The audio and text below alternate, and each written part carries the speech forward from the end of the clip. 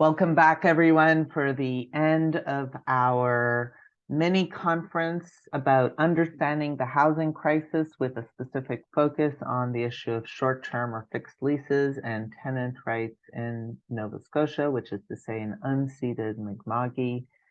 Today, we are finishing up with a focus on community mobilization and advocacy, and very, very grateful to have Pauline MacIntosh, who is going to be joining us and who works with the Coady Institute and its community housing program and everything about the Coady Institute from St. FX. If you're not familiar with St. Francis Xavier University and the Coady Institute, it's got amazing resources to dive deeper into understanding some of this issue.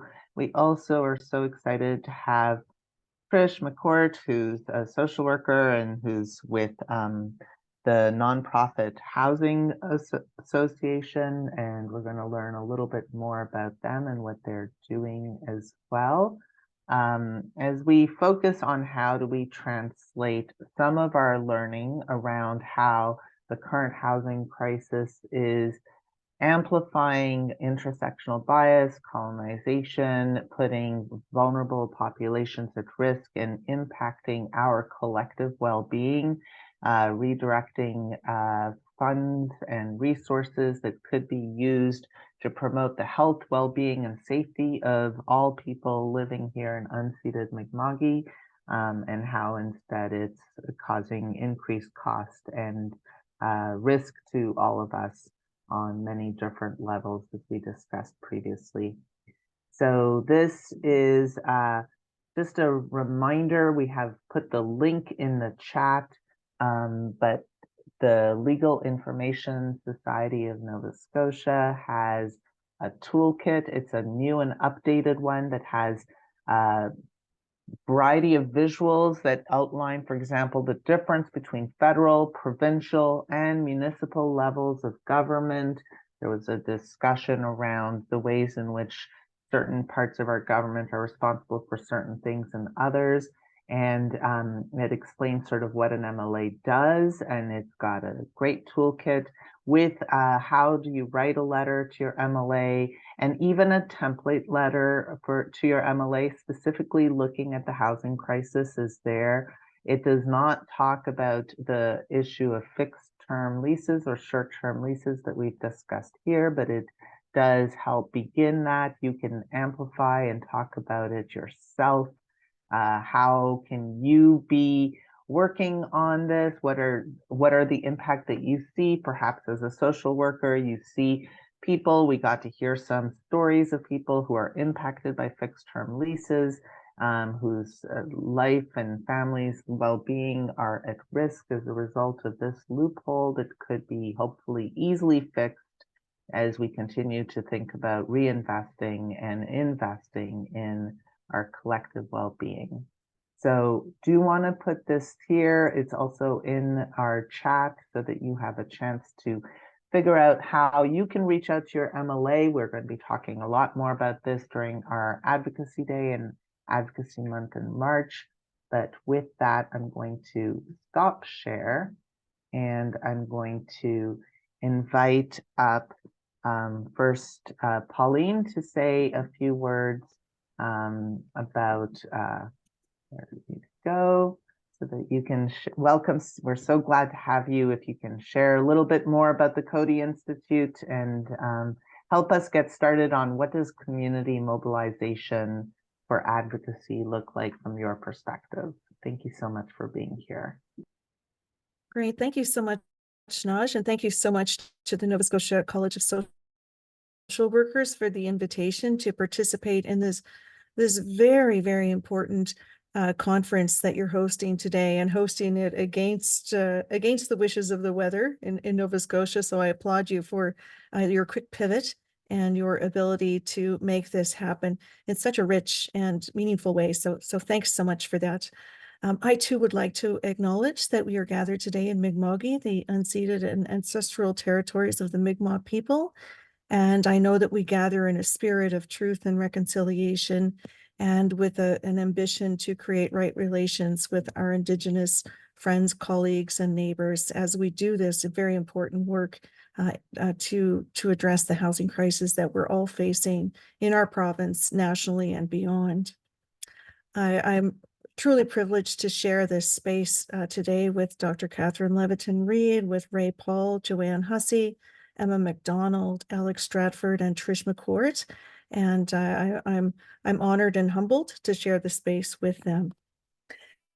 And as Naj mentioned, I currently work with the Coady Institute at St. Francis Xavier University in Antigonish, Nova Scotia.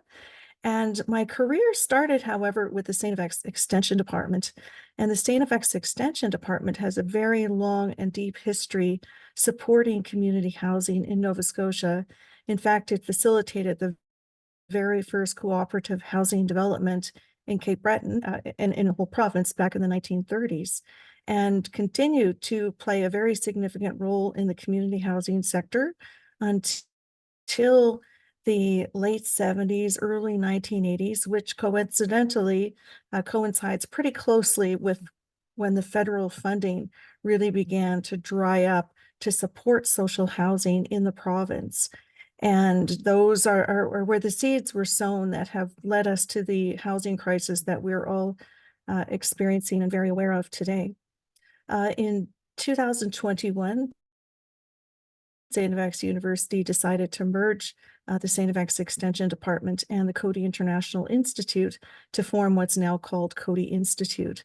So I'm very lucky in that the work that I started and was very involved with at Extension is able to continue under the guise of the unified department called Coady Institute.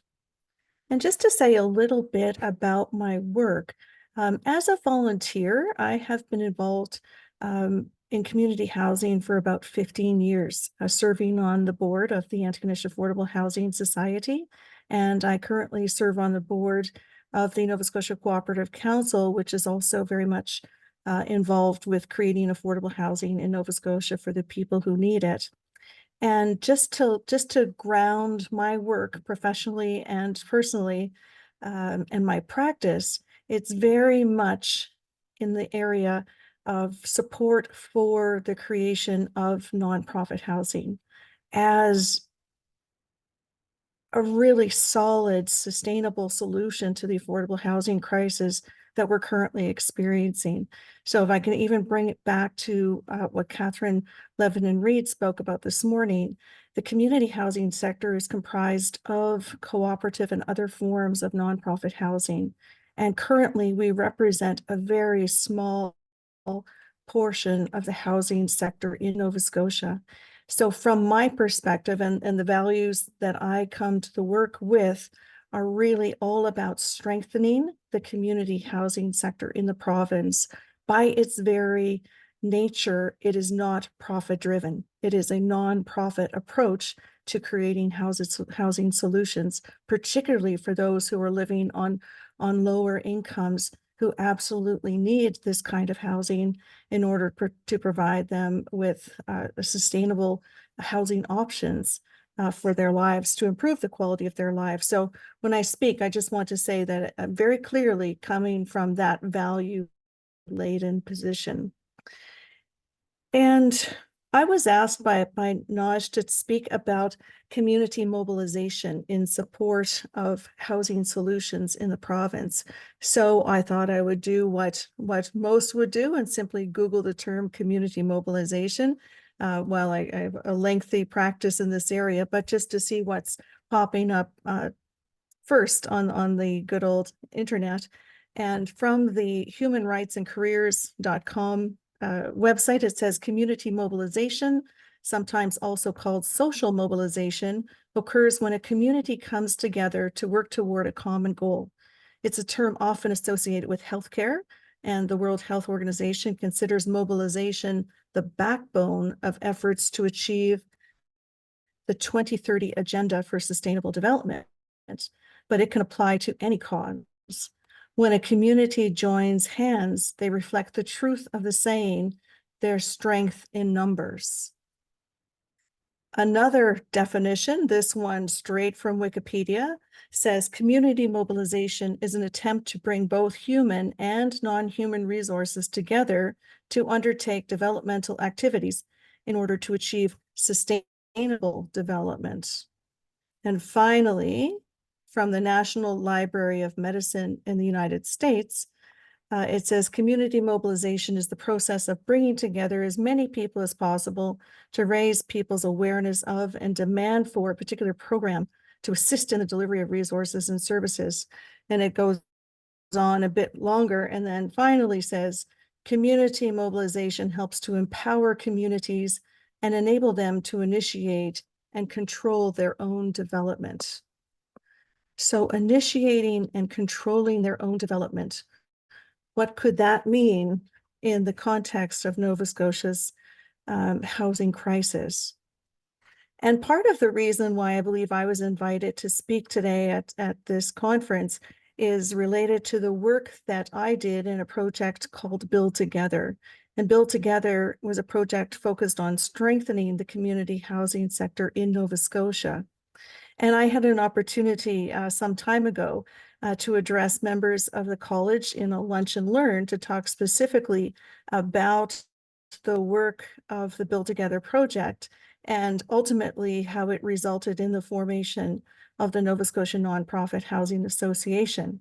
So I'm not going to give you the findings of that work or get down into the weeds of it. And I'm sure that Trish is going to talk more about the role of the Nova Scotia Nonprofit Housing Association. But first, I want to talk to you about the role of community mobilization as part of that work.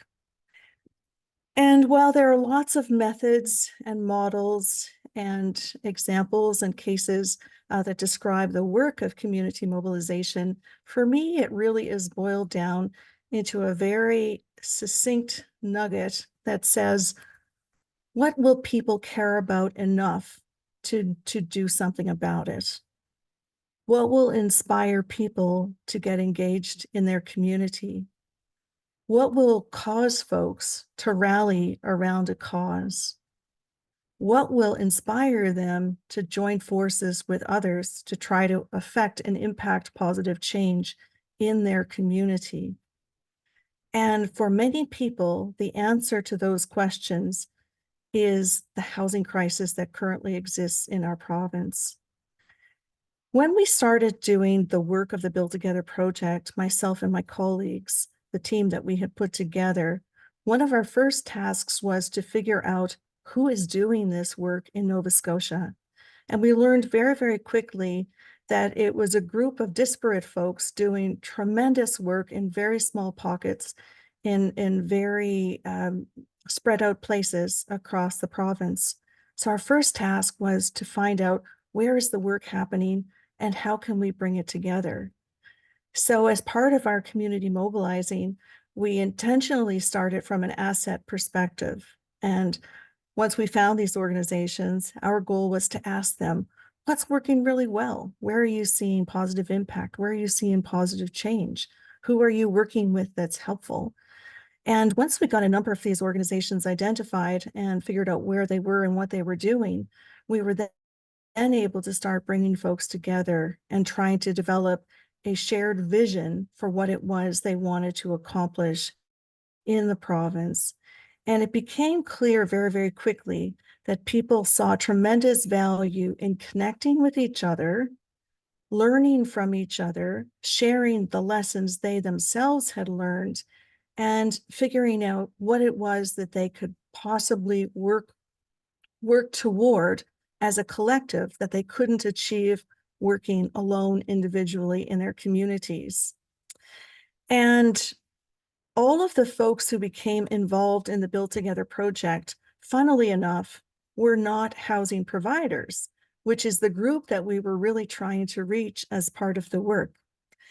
Approximately 700 people came out to the consultations that we held across the province, inviting community housing providers and those who are working on community housing issues in their locations. And slightly over half of those people were not directly involved in housing at all. But they came out because housing issues were intersecting so closely with their work, even though their personal or their organizational mandate was not housing. But it was such a fundamental piece of the work that they were doing that they felt it was important to come out and be part of the process and to figure out how they could support this mobilization of the sector, even though it wasn't their mandated work. And as a result of that, that really influenced the kind of membership that's currently available in the Nova Scotia Nonprofit Housing Association. It tends to be a bit more flexible than one would typically see in a member organization for a particular kind of work that's happening. Another part of this, the influence of all of these other folks who came out as part of the community mobilization process, was the intended formation of regional housing networks as part of the work of the Nova Scotia Nonprofit Housing Association. And the regional housing networks, and I'm sure Trish will mention these in more detail, but they're really designed to bring people together across the province to contribute to housing solutions. And members of the regional housing networks don't have to be members of the Nova Scotia Nonprofit Housing Association. They can simply be folks who are and continue to be very concerned about housing as an issue in their community and want to contribute to solutions. So there's a whole lot we could talk about in terms of community mobilization. As I mentioned, there are, I'm sure there are as many models and elements and characteristics as there are people on this call. There's a wide breadth of study on the practice of community mobilization, how it's used to further particular goals, how it's used to organize folks and organizations, how it's used to create and co-create new knowledge, how it's used to mobilize knowledge, how it's used to disseminate research findings, and so on and so forth. So it really is the backbone of sustainable community development as we know it. But what does that mean in terms of the topic of the housing crisis that currently exists in Nova Scotia and much, much further afield? And one of the key learnings from the work that I've had the privilege of being involved with since 2018 is that folks who are on the front lines working with people who are dealing with housing precarity, people who do not have homes, people who are becoming in danger of not having homes, people who are dealing with inequities as they relate to all kinds of issues, whether it's leases and rent control and all of those kinds of things. And the people who are trying to provide housing for folks and doing that in the context of a global pandemic that we've experienced over recent years, it's absolutely an astronomical amount of work. And to think about all of those folks also taking on the task of mobilizing community while providing those very essential supports and services to folks who are most in need is really more than one can fathom. And I really want to commend you folks as social workers throughout the province of Nova Scotia for the active role that you have taken, and I'm sure will continue to take, to support this work in whatever way you can.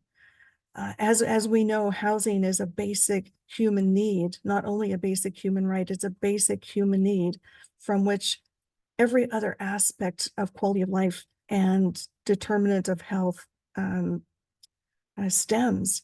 And it's such an incredible challenge for folks who are on the front lines to support people and to continue to try to do the work of community mobilizing, of co-creating new knowledge, of doing advocacy, of doing research. That is absolutely critical, the role that you folks are playing. And I just want to share a couple of other things. There's one screen that I want to bring to your attention. if I can just get it up here. As my colleagues and I spent time going across the province of Nova Scotia, albeit virtually, and talking with people about how we can strengthen the community housing sector in the province, people spent just as much time talking about the values that need to inform that work as they did about the work itself. So it became a natural part of our process to articulate these values in statements of belief. And I want to share those with you right now. So as articulated through the Build Together project, people said that they believe in housing as a human right to ensure everyone has safe, accessible, appropriate, and affordable places to live. People said they believed in diversity, equity, inclusion, including first voice, accessibility, decolonization, and anti-racism in the community housing sector, that in order to impact positive change going forward, we needed to work through this lens. That we also believe in environmentally sustainable nonprofit housing. We believe in equitable access and opportunity for both rural and urban nonprofit housing organizations. And this is something we heard a tremendous amount about, and that was the challenge of making sure that any kinds of programs and supports are made available across the province and even in the most rural of communities where we know that the housing crisis is alive and well. Often there's a lot more focus on the urban settings because housing precarity tends to be much more visible, but we know that the housing crisis is very dominant in our rural communities in the province as well. That we believe in ending the racism and stigma that limit access to appropriate housing for all. And this is something that just came up over and over and over again and couldn't be stated loudly enough. And finally, the people who stepped out for the Build Together process talked about the belief in providing navigation and support services to people in housing need. So when we talk about community mobilizing and we talk about advocacy, it's really, really important that we think about the lens through which we're doing the work. And as people who are out there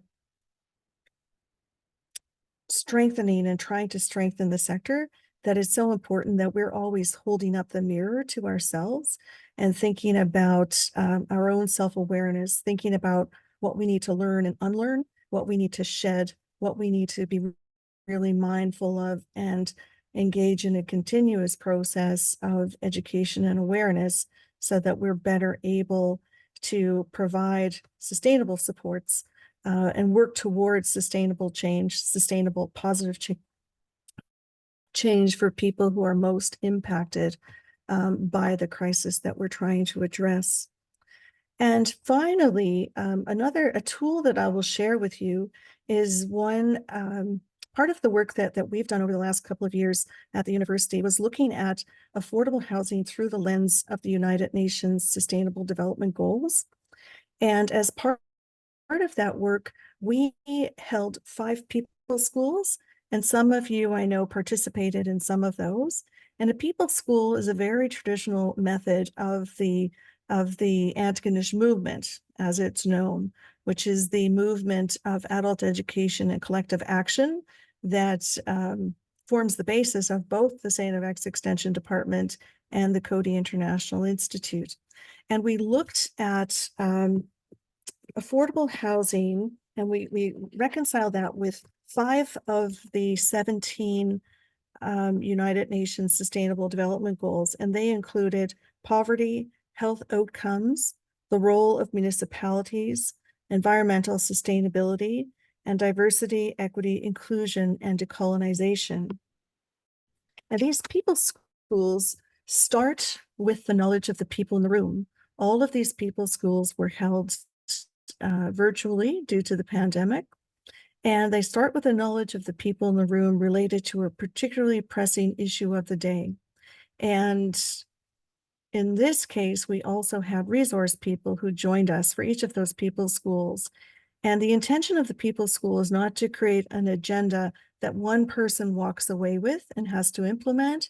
Rather, it is to look at how each of us individually and organizationally can work on one aspect of the topic of discussion to try to improve the lives of many in our communities. And I'll pop a link to these people schools in the chat. And there may be something there that's helpful to you in your work in the province as it shines a light on these particular themes as they relate to affordable housing. And I'm going to stop there and welcome any questions or comments that you might have at whatever time Naj would like us to address those. So Naj, I'll turn it back to you, and I'll certainly stay on the line. Thank you so much. Very grateful, Pauline, and very grateful for the awesome chat that is also lot of discussion also around rural versus urban. And now, Trish, we are so grateful to have you talking about the Nova Scotia Nonprofit Housing Association and community mobilization. Then we will have a chance to take questions and hear from Alec a little more around our advocacy. So Trish, over to you. Great, thank you. Can you hear me okay? Yes. Okay, great. I keep getting a little warning message that there's an unstable internet connection. So I've turned off everything I could, and hopefully I'll be able to get through this all right. So I'm just going to share my screen.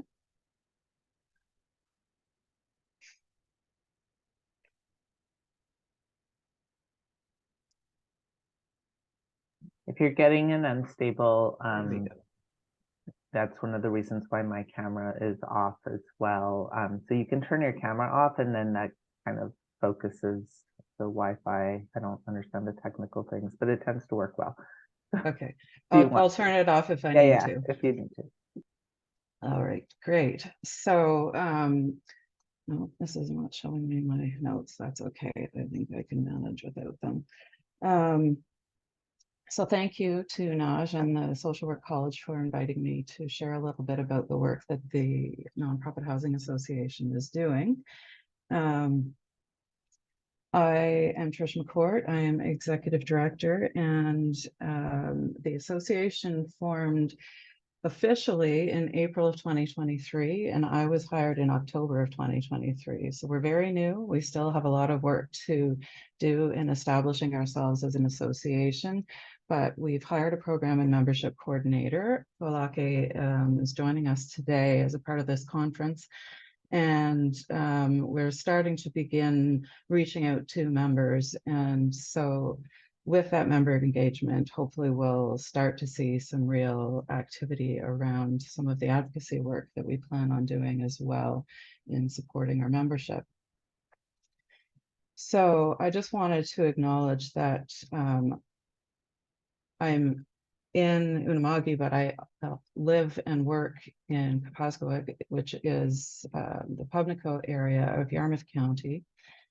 And we always start our work with a land acknowledgement as well. The Social Work College always does a great job of that. So I'm going to move on.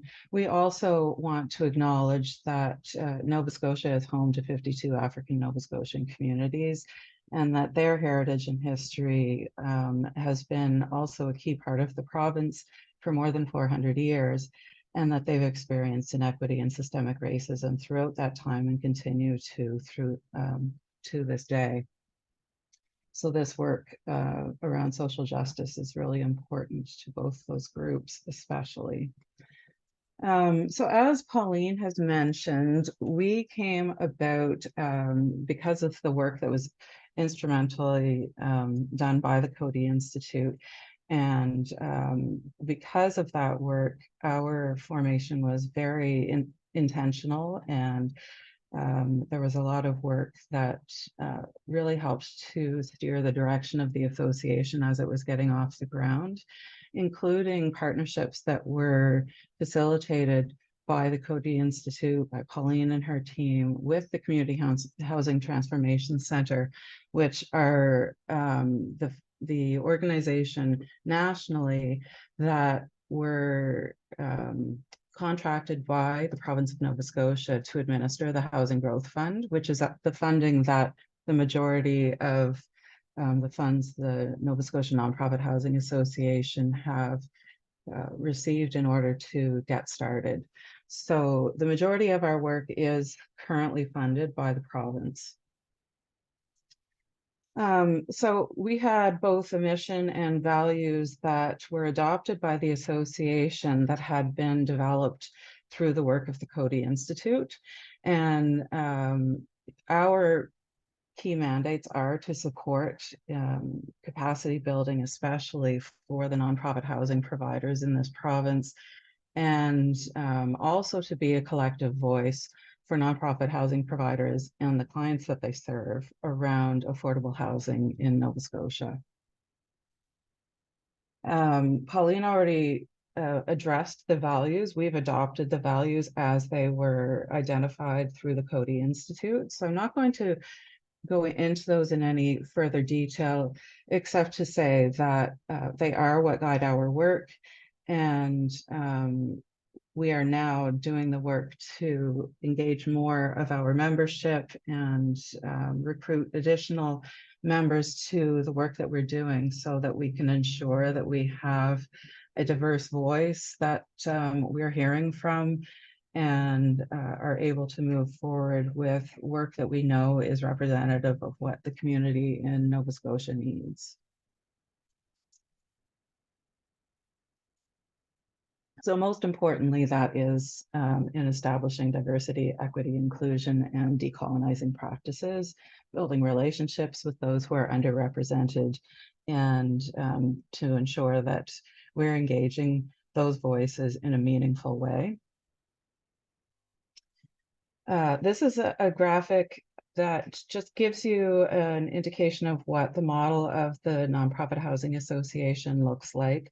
This was also created, the graphic looks different, but the model remains the same as what was created in the work that was done with the Cody Institute. I don't expect you to be able to read this in this presentation format, but it is available through our website to download in PDF form if you want to look at it in more detail. The thing that I wanted to draw attention to the most, though, is that we are very much about collaboration and two-way communication and building relationships at all levels. So that's why you see these two-way arrows between every group that is identified here. The association wants to have strong communication with our membership. That is a two-way street. So we're providing information on initiatives that we're aware of and work that we're doing, but also receiving that information from our membership about what we should be identifying as priorities for the work that we do. And that includes the regional housing networks that have, as Pauline has mentioned, much broader membership can be a part of those regional housing networks. And the work to develop those networks will begin now that we have our program and membership coordinator. And they will encompass geographic regions, but also some identity groups that have been identified as being important. So we'll likely be seeing a housing network form around the African Nova Scotian community, the Indigenous community, 2S LGBTQ+, accessibility, and so on. The other important work that we'll be doing that is collaborative and hopefully will be very much a two-way street is around our strategic partnerships. So those include funders, but also include other housing organizations within Nova Scotia and beyond. There are a few national organizations that we connect with in a regular way, and hope to be continuing to participate in that work as the national campaigns are happening as well, so that we can represent Nova Scotia on behalf of our members and the communities in Nova Scotia. So what you can expect from the association is, a variety of things, including capacity building resources for the nonprofit housing providers who have identified challenges in the work that they're trying to do, that we will be a voice for our member organization, and providing advocacy voices around policy issues, as well as a voice to encourage support for our member organizations, especially looking at their ability to provide additional affordable housing and the wraparound supports that tend to come only from community housing providers. You don't typically see private sector housing, including social service supports that are often needed by people who also need assistance with acquiring and maintaining affordable housing. The rural perspective is, of course, very important in the work that we do, and I'm really excited to be in the role that I am, because I live and work out of a very small rural community in Southwest Nova Scotia, but also have experience living and working in the Halifax area. So I feel that I'm well positioned to bring that perspective from both lenses in Nova Scotia, and that includes looking at HRM's outlying areas that tend to be often lumped into Halifax, but often have a much more rural context in the work that they do. We strongly value lived expertise engagement and getting guidance from people who have lived experience with housing precariousness or homelessness, and want to ensure that the work that we do makes it possible for that engagement to be absolutely meaningful and taken into consideration with the work that we do. And we will be working to help the community sector and nonprofit housing providers be responsive to community needs. And that really means ensuring that the nonprofit and community sector are well situated, that they are sustainable, and then by being sustainable are able to much more easily pivot and respond to community needs as they arise, like something like the pandemic, which would have been a much less predicted and foreseeable thing that suddenly had a huge impact on people's ability to be housed. So how can you get involved? So I'm a social worker myself, and as a registered social worker, I understand how challenging it can be as an individual who needs to remain employed, and also is employed in an area that often there are ethics that come up with the work that you're doing, where taking into consideration how your advocacy work may affect your employability, how can you still be involved in advocacy work without that having a negative impact on the work that you're doing? And I think provincial associations and groups like the Nova Scotia Action Coalition for Community Wellbeing are a really good place for work like that to be able to happen, because as a group, you can be represented without necessarily having to take the kind of risk that you do in your individual positions. And that applies to organizations as well. So when we look at nonprofit housing providers, typically there's some sort of government funding that is at least assisting with their budget, if not a large part of the budget. And so organizations themselves also find it to be tricky to do that kind of advocacy work that's needed to be done on behalf of the individuals that are being housed by them. And the association, while funded by the province, at least it's not funding that is providing the housing itself. So we can take a little bit more risk on behalf of our members when speaking out about an issue that affects their ability to serve the needs of the community. And so we will be taking some of those calculated risks on behalf of our membership and on behalf of the community as we hear about important issues. So as an association, we're participating in different campaigns. I sit on a committee with the Nova Scotia Action Coalition, specifically around the Housing is Health campaign. There's work being done right now to look at what the next steps are with that campaign, and I'm sitting at that table. There's also national organizations that have been doing work that we will participate in. Just as an example, there's a lobbying day that's called Parliament on, Housing on the Hill, that's at Parliament, that I participated in. And that's lobbying members of Parliament about housing related issues. And I wanted to just draw attention to a study that was done by the Canadian Housing and Renewal Association and partner organizations, contracting Deloitte to do a study on productivity and how it is impacted by the community housing sector. And what was found, which would be no surprise to any of us, is that the more that we invest in community housing, the more significant the impact is to the economic prosperity of our nation and our province.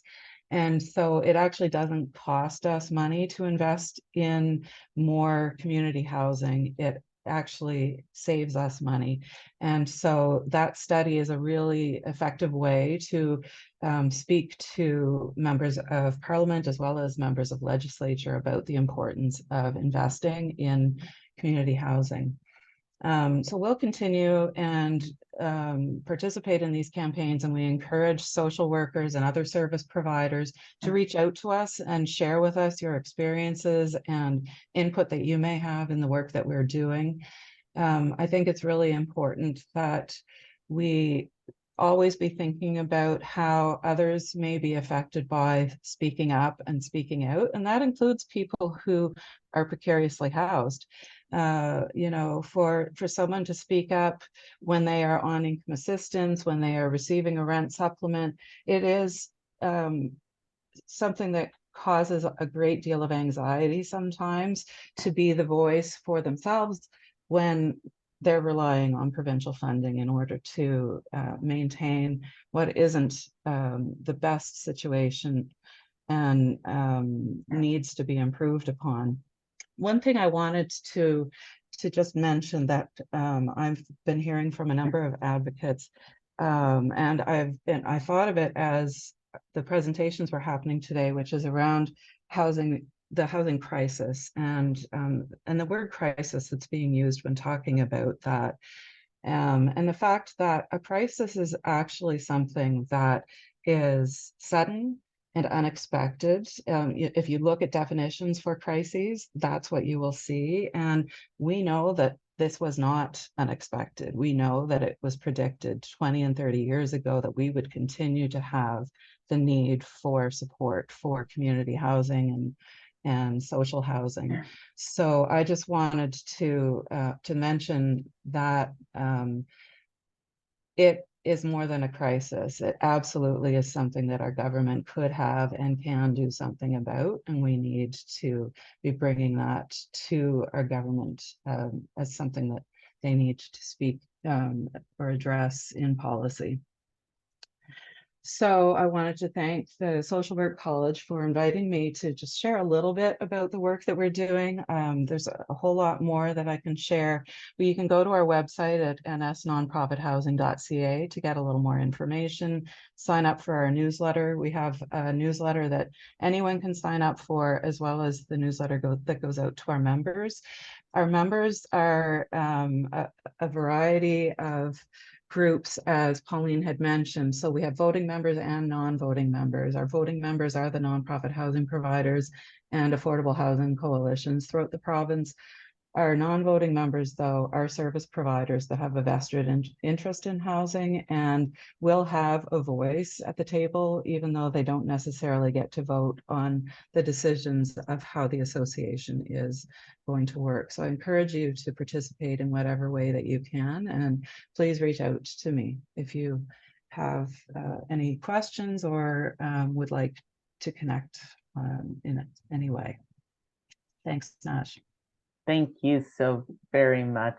We are very grateful to you for sharing more about this new opportunity to continue advocating. There's also a link for the housingishealth.com website that can help us think about advocacy, and also a link to how to contact your MLA for ways of solving this issue in terms of short-term and long-term, because obviously this is we want to address stuff like the fixed-term leases, and then the larger issues that is very true.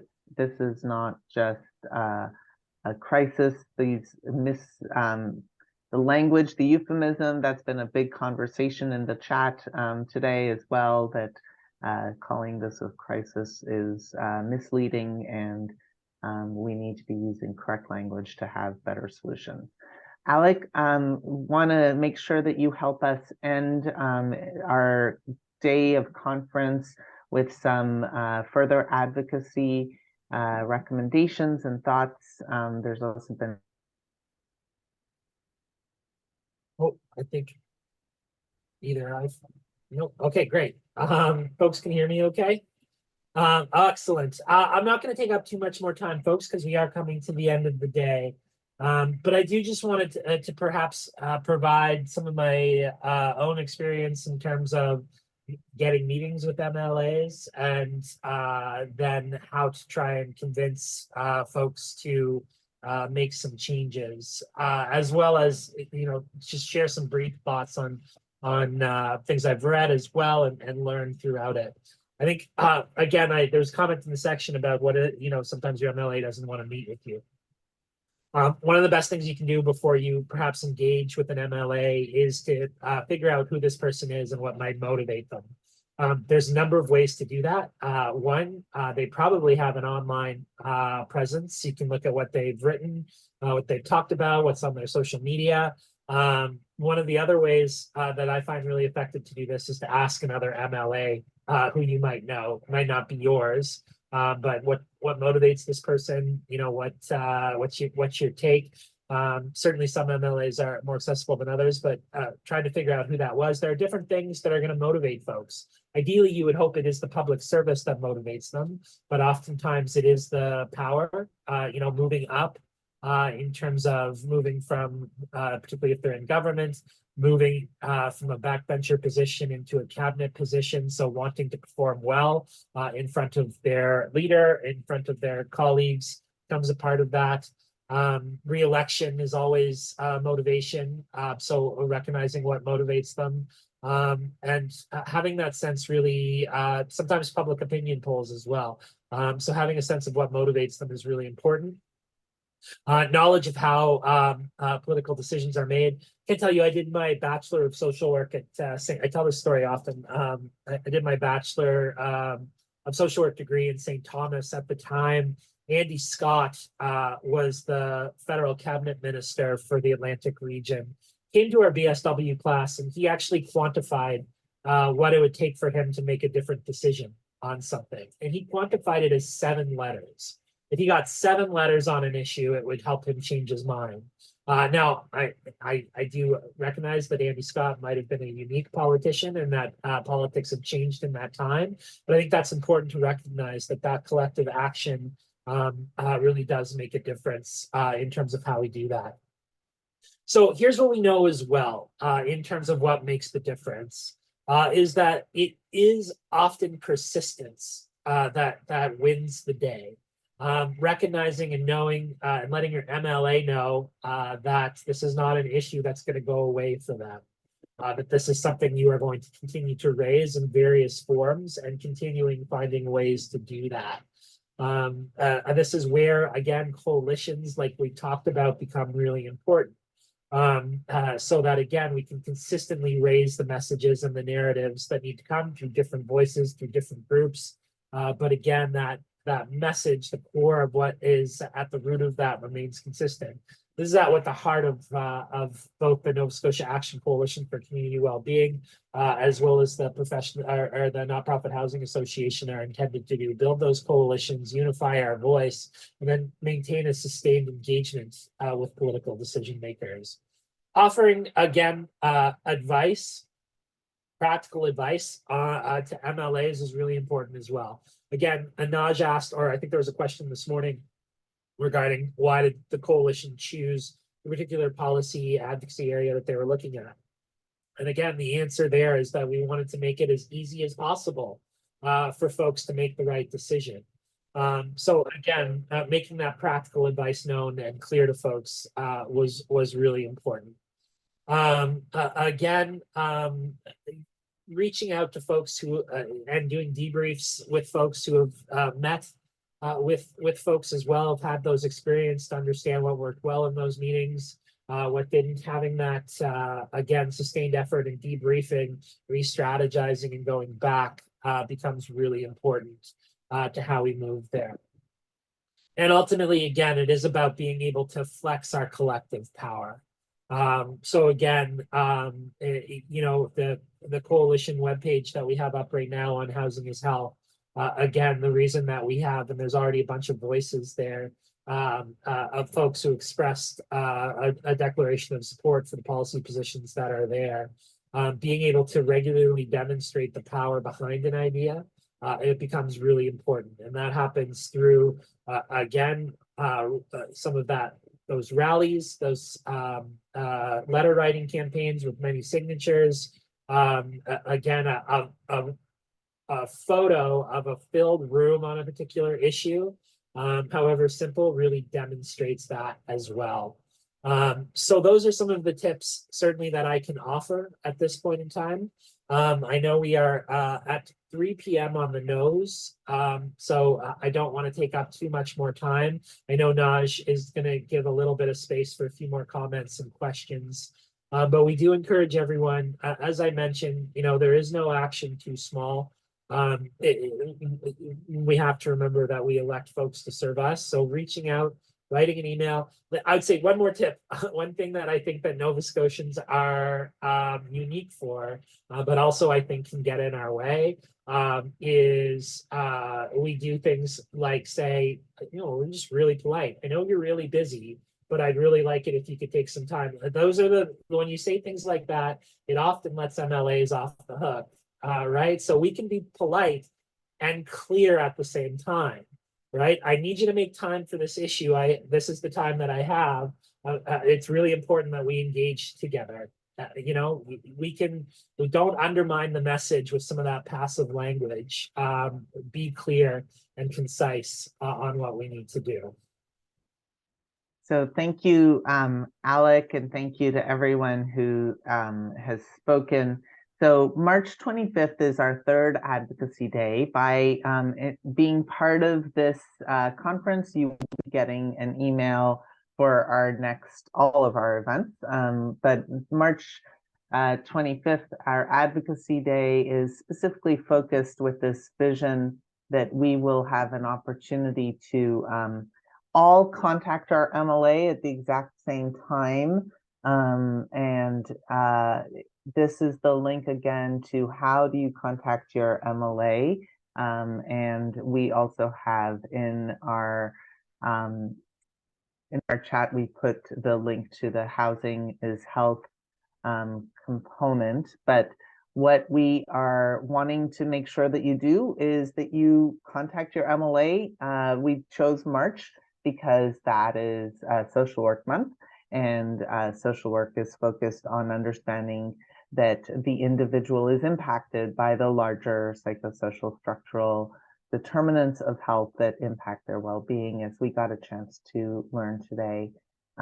So thank you all. Hope that you will check the Housing is Health website, that you will check all of the other awesome resources that were shared in the chat or during our conversation.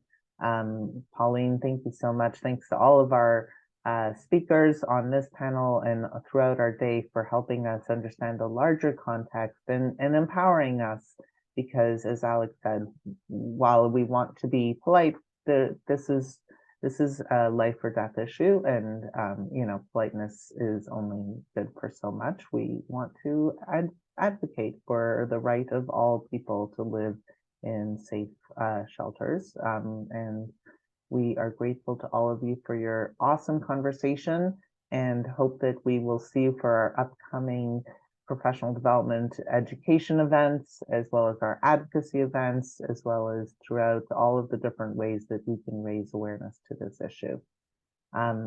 Thank you very much. Wilalin, Wilaliu, and we look forward to continuing to advocate for short-term and long-term advocacy changes, policy changes, regulation of the housing sector, and all of the ways that we discussed that we can see impact for us all. A wonderful rest of your day, and thank you for joining your voice 2 hours in advocacy for this important issue. A wonderful day. Thanks.